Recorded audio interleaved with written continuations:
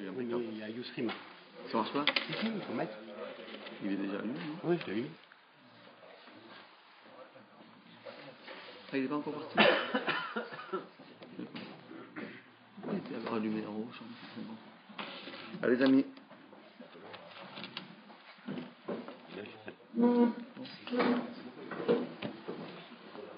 Alors, on a une chance inouïe de réserver, de se donner la chance de rentrer dans la nouvelle année, donc le dernier jour de l'année, de commencer le dernier jour de l'année parce que c'est Arvit et voilà, la première, ça commence en hébreu, ça commence toujours la nuit, de le dédier entièrement à l'étude de la Torah.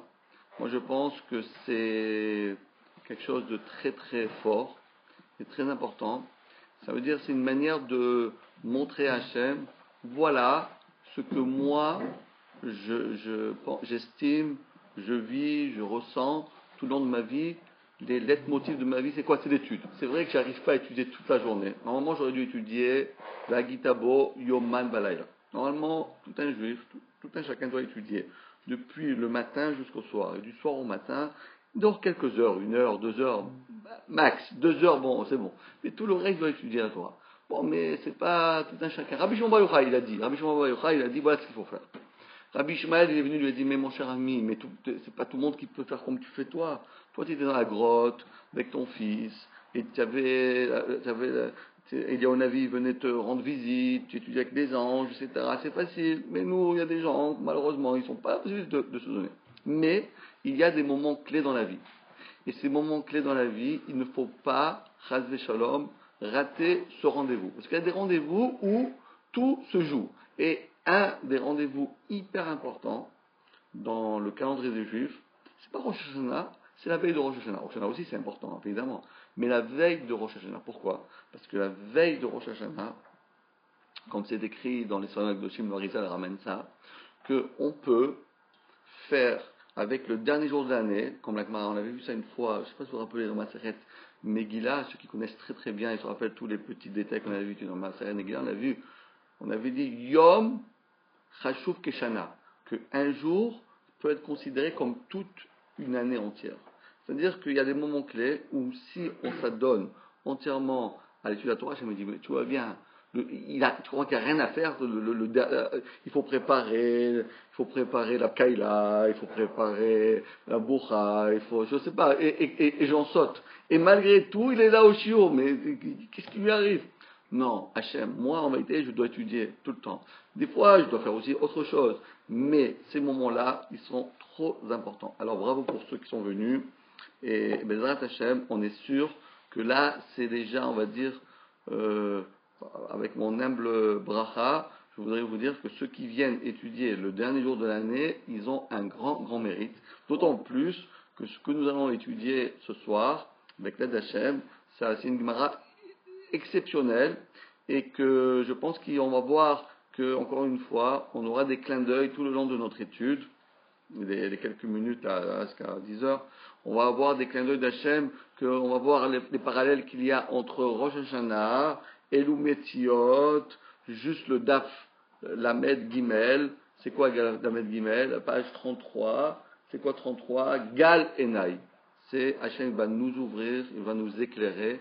C'est ce qu'on veut souhaiter, Bézat Hachem, que cette année soit une année qui soit entièrement de joie, de bonheur, et surtout de révélation. Que Hachem, il se révèle dans ce monde-là, et que nous aussi, Bézat Hachem, on puisse être un vecteur de la vérité absolue de Hachem, parce que celui qui, à Rosh Hashanah, on ne sait pas qu'est-ce qu'on va faire prier à Hachem, qu'est-ce qu'on va lui dire? On va dire, Hachem, donne-moi une Mercedes, donne-moi une BM, donne-moi une... Qu'est-ce que tu demandes? Qu'est-ce que tu veux? Tu veux un duplex avec Vagan? Qu'est-ce que tu veux? Dis-moi, tu veux 10 000 euros par mois, de 20 000 euros? Qu'est-ce que tu vas... Il y a trop de choses, tu vas demander à Hachem, tu sais pas quoi faire, qu'est-ce qu'on va demander? Non, je veux ça, je veux ça, je veux ça. Et nous, de toute façon, on chante toujours. Non, je veux ça, mais après tu demandes ça, en fin de compte, cette voiture ne m'intéresse pas, je préfère celle de l'autre. Donc on ne sait pas exactement quoi demander, on ne sait pas exactement. Vous savez ce qu'on va demander à Hachem? Vous savez ce qu'on va demander à Rosh Hashanah? qu'il faut demander à Hachem? À votre avis, qu'est-ce qu'il faut demander à Hachem? Je veux quoi? Je veux devenir Rav Steinman? Je veux dire non, moi je préfère devenir PDG de Renault. Qu'est-ce que tu vas demander à Hachem? Qu'est-ce que tu veux? Tu vas avoir qu'est-ce qu'on va demander à Hachem? Tu vas avoir la parnassa, tu vas avoir la bracha, tu vas avoir les enfants, tu vas avoir une bonne santé, tu vas avoir... Qu'est-ce qu'on va demander à Hachem? Il y a tellement de choses à demander à Hachem. Prenez tous les problèmes du monde, et tout ce que vous n'avez pas demandé, et vous ne le voulez pas. Donc, ce que vous demandez, c'est ok. Les autres choses, vous ne voulez pas. Vous savez que, est-ce que quelqu'un, il demande à Hachem, Hachem, fais-moi respirer? Non. Est-ce que vous demandez à quelqu'un, il dit Hachem, fais-moi entendre? Non. Mais ça aussi, il faut demander à Hachem. Donc, qu'est-ce qu'on demande, qu'est-ce qu'on ne demande pas? Vous savez qu'est-ce qu'on demande? Il dit, l'élève du Gaon de Vilna, heureusement qu'il était là. Vraiment, moi, je tire mon chapeau, parce que sans lui, on aurait été perdu. Parce que moi, je préférais une Mercedes. Il m'a dit, non, c'est pas une Mercedes qu'il faut, c'est une BM. Les BM, c'est mieux que les Mercedes. Marloquette. Qu'est-ce qu'il a dit le... Alors, on va dire, je ne sais pas laquelle c'est le mieux. Qu'est-ce qu'il a dit l'élève du Gaon de Vilna, le Rav Chaim Mivolojin? Il a dit la chose suivante. Vous savez quand on demande à Hachem, on ne demande rien. Rien. Prochain, tu demanderais, alors, c'est ça. Une chose, tu demandes à Hachem. Je veux être ton serviteur. C'est tout.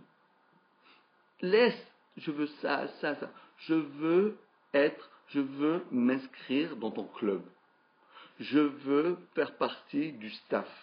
Je veux être ton collaborateur. Vous savez, lorsque vous êtes directeur général, président, directeur général, vous avez besoin de vos collaborateurs.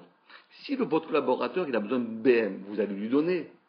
Vous êtes multimillionnaire, hein, on parle de quelque chose de multinational, international. Donc, vous n'allez pas lésiner sur les petites choses. Tout ce que tu veux, je t'en donne, mon fils. Tout ce que tu veux. Mais est-ce que tu travailles pour moi ou tu travailles pour toi? C'est ça, Rosh Hashanah. Rosh Hashanah, c'est pas besoin d'aller très loin. La seule chose qu'on doit devenir devant Hachem, dit Hachem, c'est quoi? Cette année, j'ai pris une très bonne résolution. C'est quoi? Je vais être ton serviteur Neeman. Eved Neeman. Comme Moshe Rabbeinu. Moshe Rabbeinu, on lui a dit qu'il connaissait le chasse, on lui a dit que c'était Gadolador, on lui a dit, qu'est-ce qu'on a dit? Qu'est-ce qu'Hachem a dit? Tu es mon serviteur. Parce que lorsqu'on est son serviteur de Hachem, si on s'inscrit dans le club Med, vous savez, vous recevez votre carte d'adhérent, et alors après, automatiquement, vous avez tous les droits de ceux qui travaillent dans cette société. Ben, c'est la même chose. Nous, on s'inscrit dans la société d'Hachem. Hachem, moi, je suis ton collaborateur. Tout ce que tu me dis, je fais. Ah, si tout ce que tu me dis, je fais, automatiquement, moi, je te donne tout ce que tu as besoin. Et la bracha, et la tzlacha, et la briout, et les enfants, et le bonheur, et le shalom bayit, et tout. J'ai besoin de toi. Moi, je veux qu'il y ait des gens qui sont mes collaborateurs. Donc, Hachem, il dit, il n'y a pas de problème. Si tu es mon collaborateur, moi, toi, tu es mon protégé. Quelqu'un qui est le protégé d'Hachem, ok, automatiquement, il a tout. Il rentre chez la maison tous les jours, il ouvre la boîte, il reçoit un chèque de 10 000 euros. Il n'y a pas de problème. Il n'y a pas de problème. Tu as besoin de 10 000, 20 000, 100 000, 1 million. Pas de problème. Hachem, il n'a pas de problème de donner. Le problème d'Hachem, c'est pas ça. Hachem, il n'a pas de problème. Nous, on a un problème. C'est qu'on n'adhère pas. Tu veux pas. Je vais pas donner un salaire à un collaborateur. Je suis d'accord. Mais un concurrent, je vais pas lui donner le salaire. Je vais pas donner un salaire à un concurrent. Donc, on comprend bien que si quelqu'un il est concurrent d'Hachem, Chas v'Shalom, ça marche pas.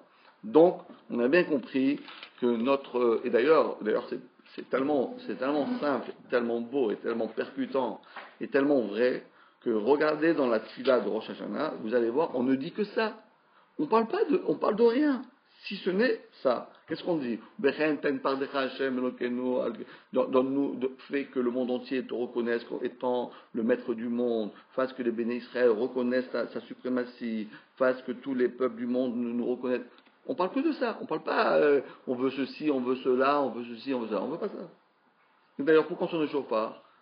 L'explication classique, c'est quoi? C'est comme un roi, parce que nous, on va maintenant faire en sorte que Hachem soit notre roi. C'est quoi un roi? C'est-à-dire, on est des sujets de Hachem.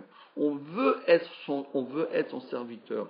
On veut être là, travailler dans le sens d'Hachem.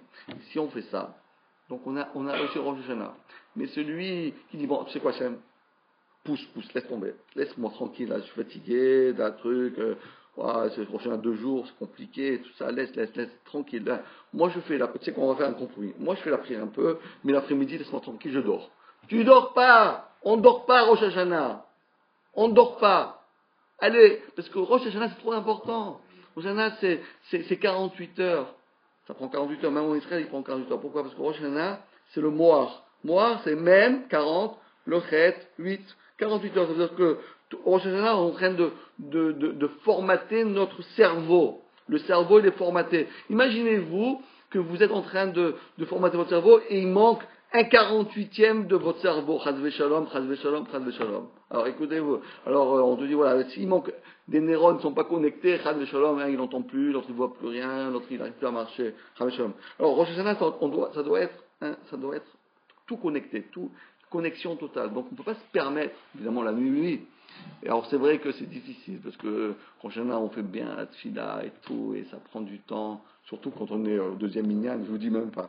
Si vous venez ici, vous prenez votre temps.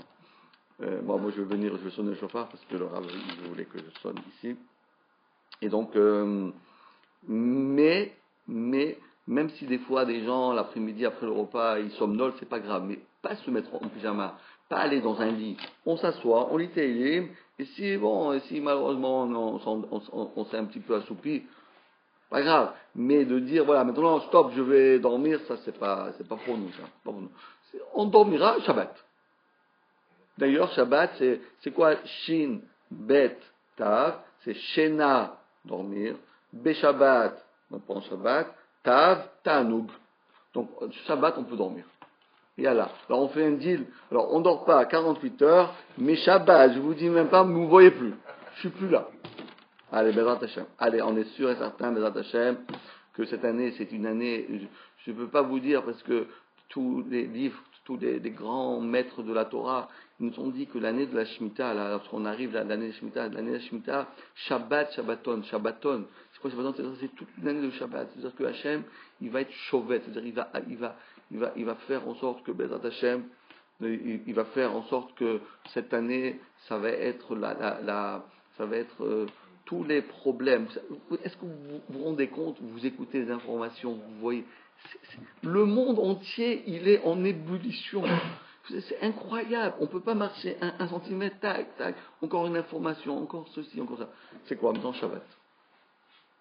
Hachem, il va venir, il va faire un grand Shabbat. Et nous, on va dire Hachem merci. Comment on dit merci Hachem? On va lui amener des oranges? Non, il n'y a pas besoin d'oranges. Je vous garantis, il n'y a pas besoin d'oranges. Hachem, qu'est-ce qu'il a besoin? Il a besoin de l'étude de la Torah. Et d'ailleurs, on se donne rendez-vous Bezrat Hachem pour finir. Là, on va arriver Bezrat Hachem vraiment à 2 lignes avant la fin de notre étude. Et pour avoir encore plus de mérite, pendant Aseret Yemei Teshuvah, on va faire un petit sioum Bezrat Hachem, et on commencera une nouvelle maseret super intéressante. J'adore cette maseret parce qu'elle est tellement vivante, et tellement d'actualité, et c'est vraiment une étude. On est dedans, vous voyez, on est dans les méandres de la maseret Souka, parce que la fête de Sukkot, c'est la fête du Mashiach. Comme on sait qu'à la fin des temps, lorsque Hachem il va décider qui c'est qui est mes serviteurs, ceux qui ont fait la souka. Ceux qui font la souka, les goïms disent, nous aussi on veut faire la souka. Dit, ok, vous savez quoi, faites votre souka. Et Hachem connaissait toute cette histoire, et Hachem il va faire en sorte que ce soit le jour le plus chaud que le monde a connu depuis que le monde est monde, et les goïms vont sortir, vont donner un coup de pied à la souka, alors que nous on va sortir soit, mais on va avoir la tête baissée, dire oh dommage on n'a pas pu faire un mitzvah. Donc on va faire, voilà, c'est un peu le programme de cette année. C'est toujours comme ça. On doit se renforcer, Bezrat Hachem. On est sûr que si on vient devant Hachem dire voilà, moi je suis ton serviteur. C'est serviteur quoi? Je veux faire ce que tu me dis. Tout ce que tu me dis, je fais. Et qu'est-ce qu'il dit Hachem? Mon fils, tu sais, moi je t'aime, je t'adore. Tu sais quoi? Étudie ma Torah. Parce que quand tu étudies la Torah, tu deviens un homme meilleur. Tu deviens un homme plus sublime. Tu deviens un homme plus raffiné. Donc moi, ce que je veux ton bien, je veux ton bonheur, je veux ce que tu aimes. C'est quoi aimer? Tu vas me dire donner. Moi, je veux donner ce qui est meilleur pour moi. Ce qui est meilleur à moi, c'est quoi? C'est la Torah. La Torah, c'est quoi? C'est comme la fille de Hachem. c'est comme la princesse, et Hachem nous l'a donnée comme épouse. Donc imaginez-vous que Hachem nous a dit, voilà, le prince héritier, toi tu es le prince, je te donne ma fille. Hachem dit, moi je t'aime tellement, toi Ben Israël, je te donne la chose la plus profonde, la plus belle que j'ai, c'est la Torah. Et d'ailleurs, pas besoin de faire tellement de discours. Quand on étudie la Torah, on se kiffe tellement que, dommage qu'on ne peut pas étudier plus. Dommage. Bon, j'espère que bientôt, quand j'aurai 60 ans, je prendrai la retraite et je pourrai étudier un peu plus. Non, je parle pour moi. Allez, on y va. Allez. Tanu Rabbanan. Les Chachamim nous ont enseigné. Aoskim Bamikra Mida Ve'ena Mida. Alors là, c'est une étude très intéressante. C'est de savoir, vous savez que la Torah est partagée en 3 parties. La première, c'est le Chumash. C'est la Torah que Hachem nous l'a donnée au Har Sinaï, au mont Sinaï, etc. La deuxième partie, c'est ce que a compilé Rabbi Yehuda Anassi, qu'on appelle généralement Rabbi. Stam Rabbi, c'est Rabbi Yehuda Anassi. C'est le maître de la Mishnah. Et puis nous avons la troisième étude, celle que nous faisons aujourd'hui, la Gemara, qui a été composée, qui a été écrite par Ravashi et Ravina. Ravashi et Ravina. Donc on a 3 études. La Torah telle qu'elle est écrite dans le Sefer Torah, la Torah telle qu'elle a été écrite par la Torah orale qui a été écrite par Rabbi, et on a la troisième partie, c'est la Gemara. Et maintenant, regardez comment la Gemara, elle est vraiment prétentieuse, j'allais dire, ou bien vraiment elle rentre dans les détails. Quelle est la partie de la Torah la plus importante? Est-ce que c'est le Sefer Torah? Est-ce que c'est la Mishnah? Ou c'est la Gemara?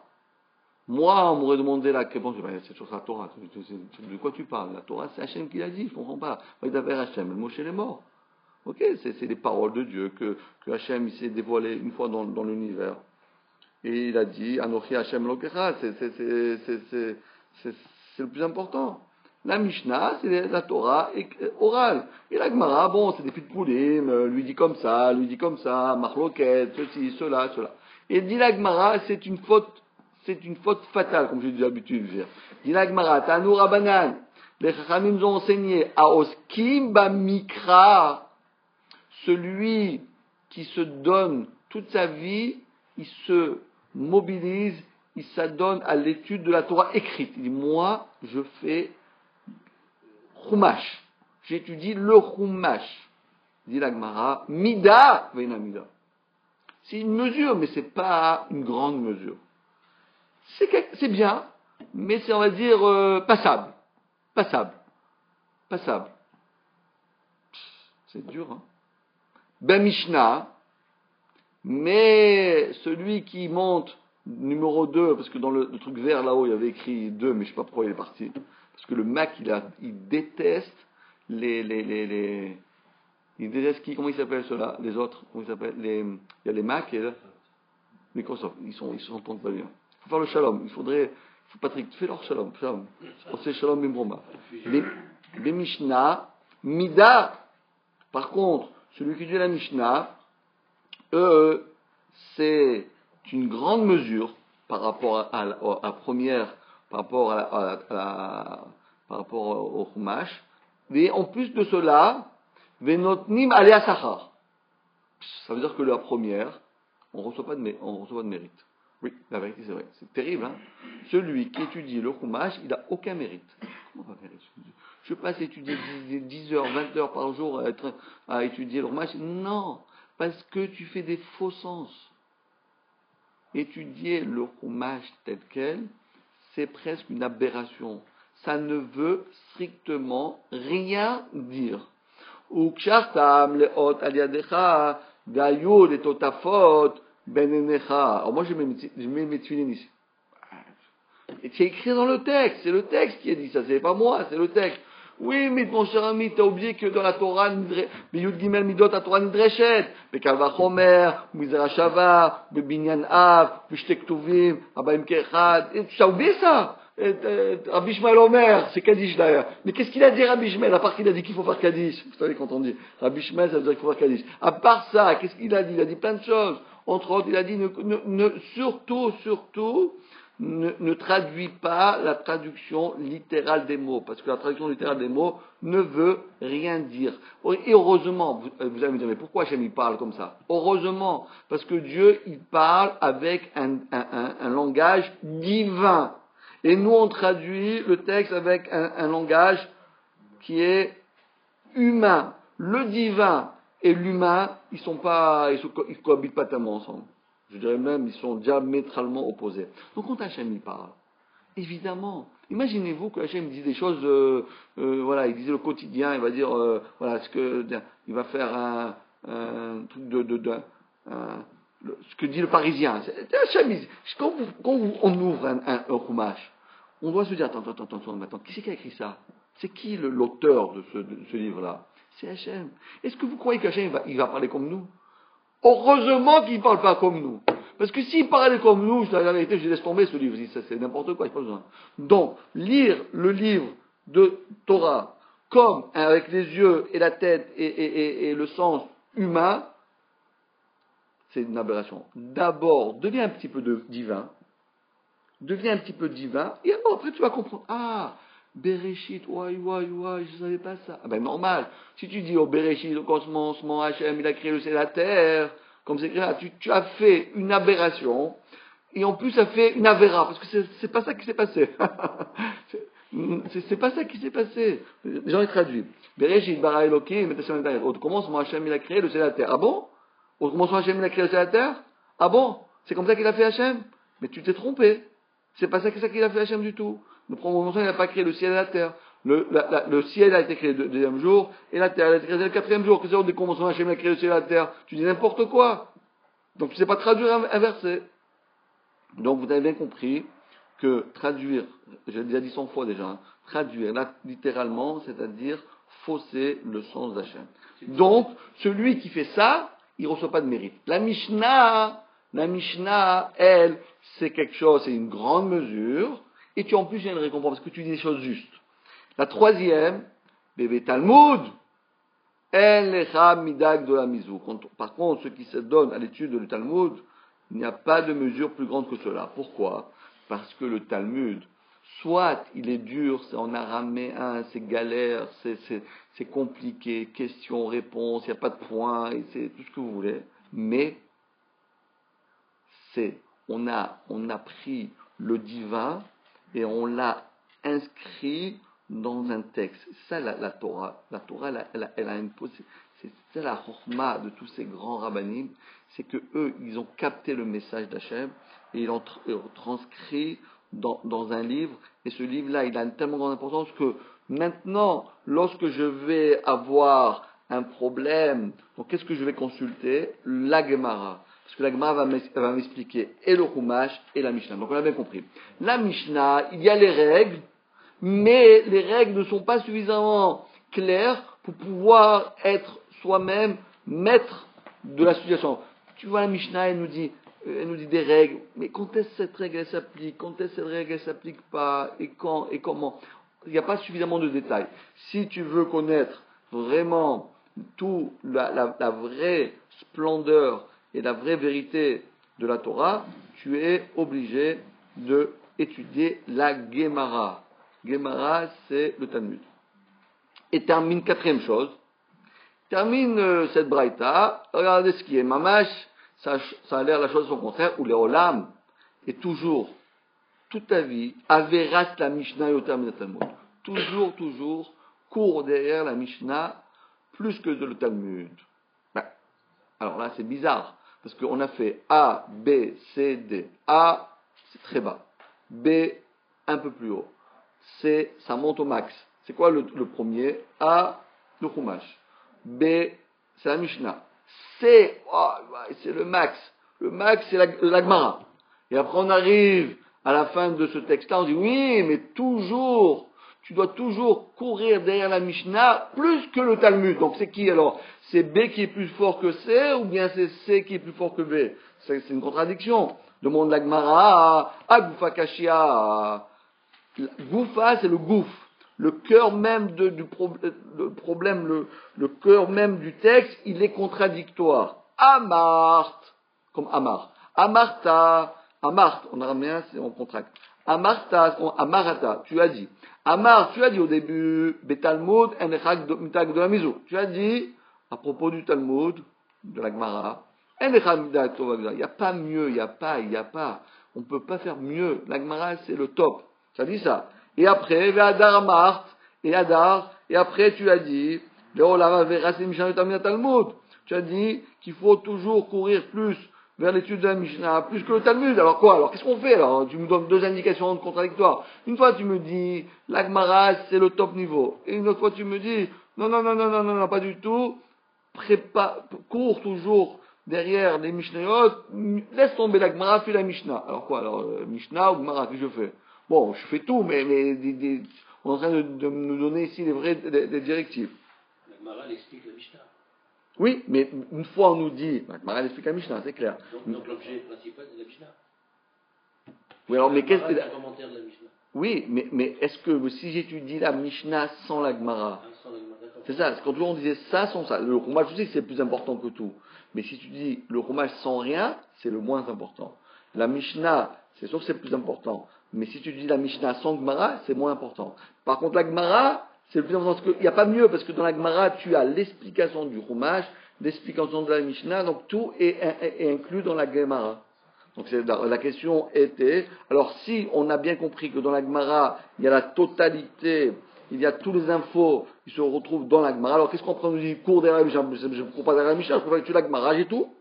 On fait dans la Gemara, tu as la totalité. Peut-être qu'on retient plus la Mishnah. On retient plus, mais si tu retiens la Mishnah sans l'avoir compris, ça sert à rien. Parce que la Torah, c'est pas une récitation. On n'est pas en train de réciter on n'est pas en train de faire maintenant de la poésie. On est en train de comprendre on est en train de comprendre la volonté de Dieu. Et si tu comprends la Mishnah et tu as compris rien que partiellement la volonté de Dieu, alors tu dis voilà, moi j'ai compris 15% de ce qu'il veut. Mais d'accord, mais 15%, mais c'est pas ça que tu sais pas quoi faire.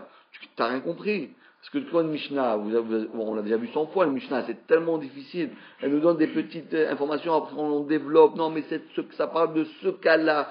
Seulement dans ce cas, tu peux faire ça, mais dans un autre cas, tu fais pas ça. Et le début de la Mishnah, il contredit la fin. Non, ce cas, ça parle de le petit A, il parle de ce cas-là, le petit B parle de notre cas, il y a une différence. Ah non, ça c'est ce Tana, l'autre c'est... Donc, celui qui dit la Mishnah, en vérité, il est perdu. Il n'arrive plus à se faire une idée claire de ce que veut Hachem. Réponse. Écoutez bien la réponse. Amar Rabbi Yochanan. Rabbi Yochanan vient et dit, Bime Rabbi Nishnat Mishnazu. En réalité, ces deux infos là qu'on nous a dit, que la Gemara est plus importante que toutes les autres études, et qu'on nous a dit, non, cours derrière la Mishnah, et ne laisse jamais, et tant pis pour le Talmud, en réalité, ils ont été dits à deux époques différentes. Qu'est-ce qui s'est passé? Il faut connaître un petit peu notre histoire. Ça veut dire quoi? La Gemara avait dit comme ça. C'est Rabbi, c'est Rabbi Anafi, celui qui l'a écrit. Oui. Il faut faire kavod à Rabbi Anafi. C'est-à-dire, au contraire. C'est contraire. Qu'est-ce qu'il a fait? Au contraire. Rabbi, il a écrit la Mishnah. D'accord? Rabbi, il a écrit la Mishnah.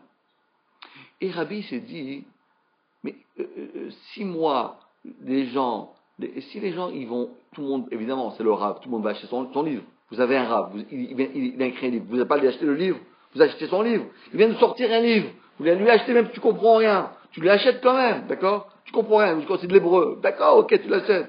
Mais je comprends pas l'hébreu. C'est pas grave, tu achètes. Donc, tous les gens, qu'est-ce qu'ils faisaient? Quand Rabbi, il a écrit son livre, tout le monde achetait le livre. Donc, automatiquement, les gens, ils se procuraient le livre. Mais Rabbi, il dit, mais je suis fou. Les gens, ils vont apprendre mon livre par cœur. Et ils vont pas analyser les textes. Comme tu as dit, c'est facile, parce qu'en plus, la Mishnah, c'est super. C'est en hébreu d'abord, c'est pas de l'araméen. Deuxièmement, c'est fait, ceux qui connaissent bien la méthodologie, comment Rabbi l'a écrit, il y a toute une facilité d'apprendre par cœur. Parce qu'il a fait presque comme des vers. C'est tout un système. Moi, je connais des gens qui connaissent tous les Mishnayot par cœur, tout le chasse par cœur. Ils me disent, c'est incroyable comment on peut apprendre une Mishnah facilement. Parce qu'il y a même la cadence des mots, comment c'est précoupé, il y a toujours le pour et le contre. Il y a tout un système qui est fait pour apprendre facilement. Alors tout le monde, qu'est-ce qu'il faisait? À l'époque de Rabbi, il laisse tomber la Gemara, on n'a pas besoin de se prendre la tête, c'est facile, on apprend la Mishnah. Rabbi, il a dit, oh là là, si tout le monde part, comme tu as dit, pour mon honneur, vont étudier la Mishnah, et ils vont délaisser la Gemara, donc qu'est-ce qui va se passer? La Gemara va être oubliée. Donc qu'est-ce qu'il a dit? Il a dit, les amis, moi je vous ai dit d'écrire un petit livre, mais le vrai livre, c'est la Gemara. Ne vous focalisez pas sur une Mishnah, focalisez-vous sur la Gemara. Ils ont écrit en même temps, la Gemara et la Mishnah. Ah non, bravo, c'est une bonne question. C'est que la Gemara, elle n'a pas été écrite, transcrite bien après, bien 400 ans, 500 ans après Rabbi, mais le contenu de la Gemara, il était oral. Donc à l'époque, qu'est-ce qu'on faisait? On expliquait oralement la Gemara. Donc, mais les gens, lorsqu'ils ont trouvé la Mishnah, ils disent voilà, on a un livre, super, et donc ils ont délaissé un petit peu l'oral. C'est comme vous avez la partie écrite, la partie orale. D'accord? Ah, les Tanaïm, ils n'avaient pas la Gemara. Non, mais ils n'avaient pas, mais pourquoi ils n'avaient pas? C'était de l'oral. C'est les Amoraïm qui ont écrit. Exactement. Ils ont repris tout, mais ils l'ont écrit. Mais tout existait déjà. Mais c'était pas écrit. Alors justement, qu'est-ce qui s'est passé? Comme Rabbi, il a écrit, il a dit, maintenant qu'on a ça, laisse tomber toutes ces paroles, lui il a dit, laisse tomber toute cette affaire. On a un texte, on lit, on comprend, là il fallait se rappeler, parce qu'imaginez-vous, à l'époque, il fallait se rappeler la Gemara par cœur. C'était un truc de pas possible. Vous savez, toute la Gemara, c'est pas qu'on a inventé la Gemara, elle existait. Donc c'était transmis de père en fils, d'élève, de maître à élève, pendant toute cette époque. Imaginez-vous, le papa, il dit, allez, viens mon fils. Viens, il dit, assieds-toi. Il dit, qu'est-ce qu'on fait, papa? Je te fais la Gemara. Sans livre, sans rien. Il lui bombardait Baba Kama. Il lui faisait Baba Mtia par cœur. Et le fiston, là, il devait se rappeler par cœur. Comme ça, lui, quand il devient papa, il enseigne à son fils. C'était des génies, les gars, à l'époque. Hein. Nous, déjà, pour se rappeler Dinin, déjà, notre tête va exploser. Quand on dit que Rabbi a écrit, il n'a pas écrit. Aussi, il n'a pas écrit. Il a simplement repris collecté tous les enseignements qui étaient bien avant lui. Et les a compilés. Il a compilé.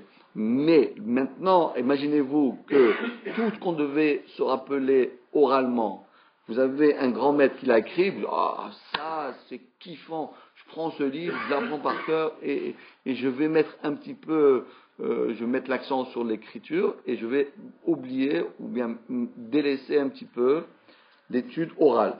Alors, qu'est-ce qui s'est passé?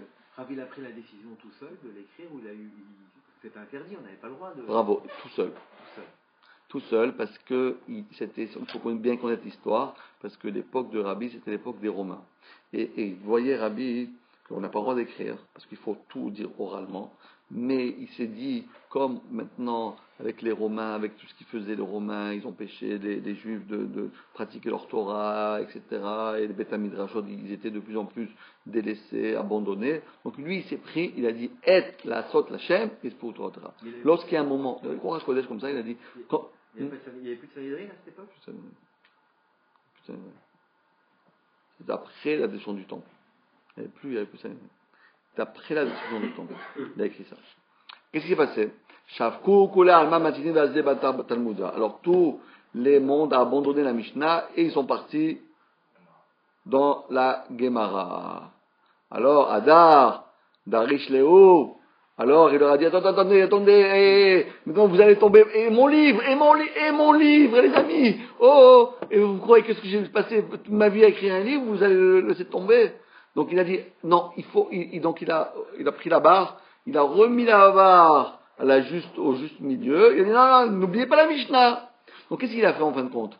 Il nous a donné deux informations qui sont complémentaires.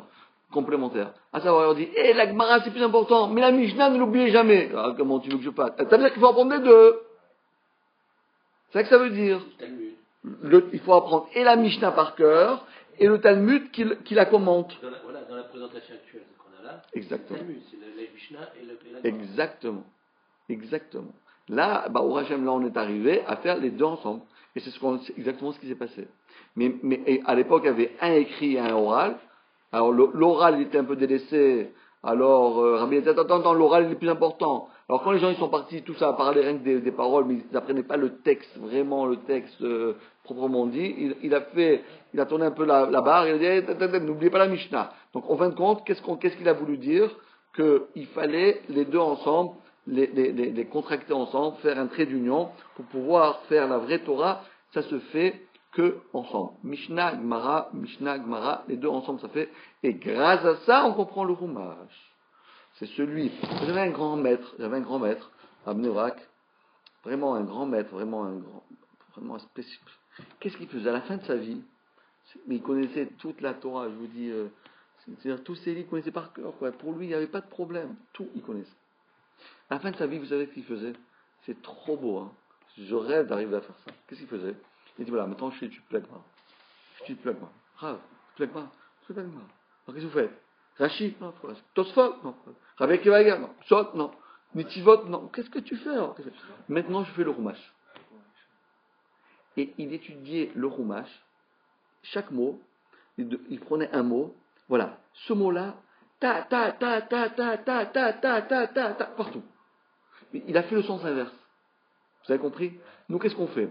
On commence la Gemara. Ah, grâce à la Gemara, on comprend le Chumash. Ah, grâce à ça, on comprend la Mishnah.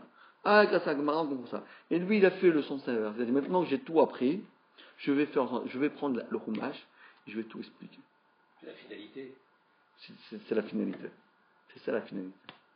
Parce que la finalité, c'est pas de connaître Baba Kama et Baba Mitzia et Baba Batra.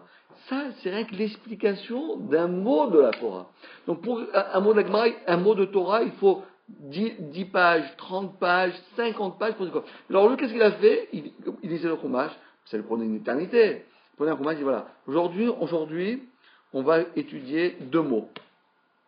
2 mots 24 heures pour 2 mots. 2 mots, ça prend 1 seconde, quoi. Non, 2 mots. Vous allez voir comment chaque mot, tac, pourquoi ce mot-là, ici il est là, et pourquoi il est comme ça, et pourquoi il est écrit de cette manière, et pourquoi il est écrit de ce sens-là, et pourquoi une fois on l'utilise comme ça, une fois on l'utilise comme ça. C'était une étude, bon, j'ai le mérite d'étudier plusieurs années avec lui, c'était une étude de malade. Une fois on essaiera. Il s'appelle le Rav Gedalia Nadel. Rav nous avait dit que quand la Mishnah n'est pas, on ne fait pas de cahier, on dit Stam Ravi. Mais il a écrit toutes les Mishnayot, Rabbi Hanafi. Non, on dit Stam Mishnah Rabbi Meir. Rabbi Meir. D'accord. Allez, Maïdarouche. Alors maintenant, d'où est-ce qu'il a vu Rabbi d'où est-ce qu'il a vu Rabbi que le Talmud est plus important que la Mishnah? Comment il a inventé le Talmud? Bon, c'est sûr que c'est quelque chose qui est plausible, mais vous savez, on a déjà vu ça plusieurs fois. Même les choses les plus évidentes, il faut un chumash. Il faut un verset. Il faut un socle. On peut pas dire, on peut défendre une thèse, encore une fois, comme j'ai expliqué tout à l'heure. La thèse la plus rationnelle, elle est quand même humaine. Mais lorsque tu as un texte divin, je dis, moi c'est bon, moi j'ai pas de problème. C'est la Hachem qui a dit, Hachem ne se trompe jamais. L'homme, même l'homme le plus doté de toutes les facultés intellectuelles, on va dire l'homme le plus intelligent de la terre, il peut se tromper. Parce que la faute et l'erreur, elle est humaine. Mais Dieu, il se trompe pas. Il se trompe jamais. Pas dire, oh, je me suis trompé, oh là là, il est mort, oh, je me suis trompé, je voulais tuer l'autre celui à côté, il est mort celui-là. Non, Hachem ne fait pas ça. Il ne fait pas ça, bon, Hachem. Donc, si tu dis une thèse, tu l'as dit avec beaucoup de conviction et qu'elle est juste. D'accord? Mais tout le monde l'a compris. Mais il faut un texte. Quand tu as trouvé un texte, c'est quelque chose qui est immuable. Maïdarouche, quel est le drache qu'il a fait? Alors regardez comment il est beau ce passo. Kededarish Rabbi Yehuda Berabi Ilai. Rabbi Yehuda Berabi Ilai, c'était le camarade de Rabbi Meir Balanes, le camarade de Rabbi Shimon Bar Yochai. Il était le pauvre, Rabbi Yehuda Ben Ilai, le pauvre, il était très très très pauvre. Il était excessivement pauvre. Et toute sa vie, il était... Mais malgré tout, malgré le peu d'argent qu'il pouvait ramasser et gagner durant sa vie, puisqu'il devait travailler très dur, et quand même, il s'est adonné à l'étude de la Torah, il est devenu la chavruta de Rabbi Mimanes. Moi, j'aurais bien voulu, hein. La vérité, moi, si on me propose, j'y vais, hein. Ouais, Rabbi Mimanes, c'est une bonne affaire. Alors, qu'est-ce qu'il a dit? Il a dit, voilà, il y a un verset, et voilà la traduction, et regardez comment ce verset-là, il parle de ce sujet-là. Dirtiv, maï dirtiv, que veut dire le verset? Aged, les ami pisham, ou les bet Yaakov chatotam. À Rosh Hashanah, Yom Kippour, on parle des fautes. Et voilà, écoutez bien, et on va terminer avec ce petit devoir Torah, et comme ça, la semaine prochaine, il ne nous reste plus que quelques lignes à faire. Dis à mon peuple leurs fautes volontaires, et à la maison de Yaakov, leurs fautes involontaires. Parce qu'il faut bien comprendre la chose suivante. Pesha vechata'a. Chatat, c'est quoi chatat? C'est quoi chatat? C'est une faute, mais c'est une faute volontaire ou involontaire? Involontaire, parce qu'on amène, quand quelqu'un a fait une faute involontaire, on amène un chatat. Mais pisham, pesha, c'est quelqu'un qui a fait avec préméditation, il a fait exprès. Ça c'est un pesha. Alors Hachem il dit, tu sais quoi, aged l'ami, dis, va dire à mon peuple, pisham, leur faute volontaire, et pas simplement ça, les bet Yaakov chatotam. Alors la question qui se pose quand on lit ce verset, c'est pourquoi les amis, pour mon peuple, on parle des fautes volontaires, et les bet Yaakov, et la maison de Jacob, les fautes involontaires. Je comprends pas, il fallait dire, dis au béné Israël, les fautes volontaires et involontaires, c'est qui? Les amis. On dirait qu'il y a deux équipes. Pour mon peuple, eux ils font les fautes volontaires. Et pour les bêtes Israël, ils font les fautes volontaires. Mais tout le monde fait tout le monde fait des fautes volontaires, donc il n'y a pas de différence. Et en plus, qui c'est mon peuple et qui c'est Beth Yaakov? Les femmes et les hommes? C'est le don de la Torah qui fait le lien entre les deux.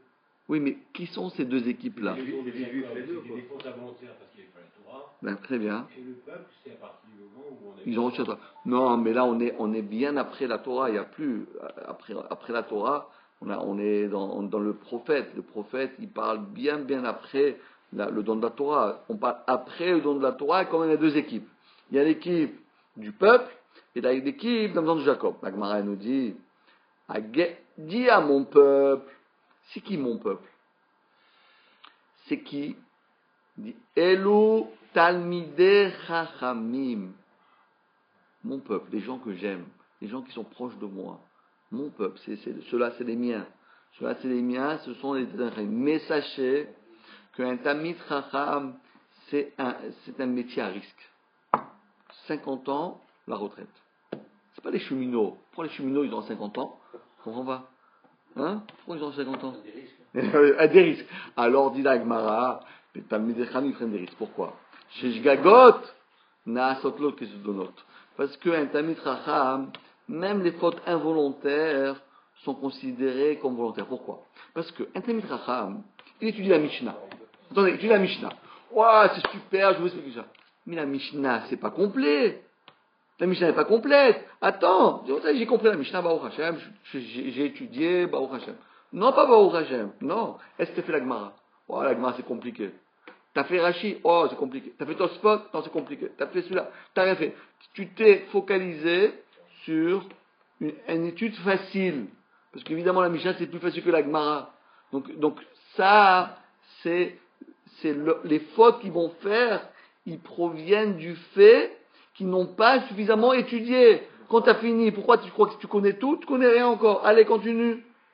Par contre, ou les Beth Yaakov Chatotam, par contre, la maison de Jacob. La maison de Jacob, c'est-à-dire tout le monde, tous les juifs. Elo Amé Aratzot, ce sont des gens simples. Qu'est-ce que eux ils font? Quand ils font une Avera, est-ce qu'ils veulent vraiment se rebeller contre Hachem? Ils savent pas. Est-ce que quelqu'un va dans la rue, Shabbat, il ne sait même pas c'est quoi le Shabbat. Il n'a jamais vu Shabbat. Il n'a jamais senti que c'est quoi le Shabbat. Il y a de la lumière Shabbat. Ça fait de la peine. Ça nous fend le cœur quand on voit des juifs qui sont en train de transgresser le Shabbat. Mais d'un autre côté, on se dit, mais les pauvres, c'est des pauvres gens. C'est des pauvres gens. Ils n'ont jamais eu la chance de sentir quelle est la beauté de la Torah. Donc eux, Hachem fait que même s'ils font des fautes graves, volontaires, pour Hachem, c'est considéré comme involontaire. Et d'ailleurs, c'est ça ce que la Mishnah nous dit dans Perkei Avot. Rabbi Omer, Avizar et Talmud. Fais très attention quand tu étudies le Talmud. Parce que si tu ne comprends pas bien le Talmud, tu vas t'imaginer, ah, c'est ça qu'il a dit le Rav, c'est ça que j'ai compris. Et quand tu rentres chez toi à la maison, tu fais une hécatombe. Ah oui, j'ai entendu, oui, le Shabbat, on a le droit de porter. Mais non, on a dit Yom Tov, on a le droit de porter, mais Shabbat, on n'a pas le droit de porter. Tu viens me dire, oui, Shabbat, ouais, il a dit comme ça, que Yom Tov, Yom Tov, on a le droit d'allumer la lumière. Comment il a dit ça? Il a pas dit, il a dit, Chol HaMoed, on a le droit d'allumer la lumière. Pas Yom Tov, t'as tout mélangé. Donc si quelqu'un, il ne fait pas attention à ce qu'il apprend, donc il va commencer à dire n'importe quoi. Et donc, Shagat Talmud, celui qui fait une mauvaise interprétation à la Talmud, alors celui-là lui vaut comme une faute volontaire. Et voilà comment se termine ce beau shiur. Mais comment ça, vous avez dit, vous ne pouvez pas nous laisser comme ça. Ah d'accord, avec plaisir, moi je reste. On expliquait ça pour le Talmud. Pourquoi il avait dit la Mishnah avant, on avait juste... Voilà, pourquoi le Talmud, il est plus important que la Mishnah. Donc, avec cet exemple, on comprend pourquoi, parce que là, les fautes involontaires... Oui, parce qu'on comprend, parce que vous comprenez pourquoi? Parce qu'on comprend pourquoi, pourquoi le Talmud est plus important que la Mishnah? Parce que celui qui se focalise que sur la Mishnah, il va faire des fautes. Parce que la Mishnah, elle n'est pas complète, elle a besoin d'être habillée, elle a besoin de lui donner un sens. Alors la Mishnah est trop